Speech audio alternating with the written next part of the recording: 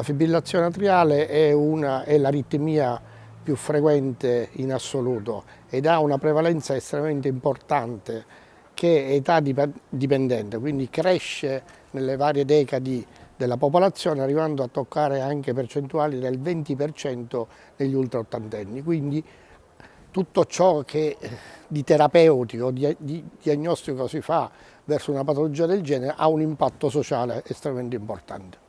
Uno dei presidi terapeutici fondamentali della fibrillazione atriale è la prevenzione dell'ictus ischemico, in quanto durante la fibrillazione atriale, faccio proprio questo gesto, le due camere atriali non si contraggono, hanno un movimento vermicolare.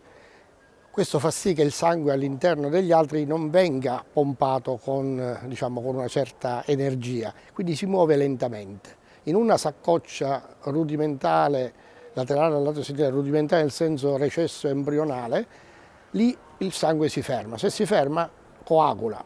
Questi coaguli a un certo punto possono uscire dal cuore e le prime due grosse arterie che incontrano sono le carotidi e quindi possono creare dei grossi ictus ischemici importanti e anche recidivanti. Primo presidio quindi terapeutico di questa prevenzione è la terapia anticoagulante orale.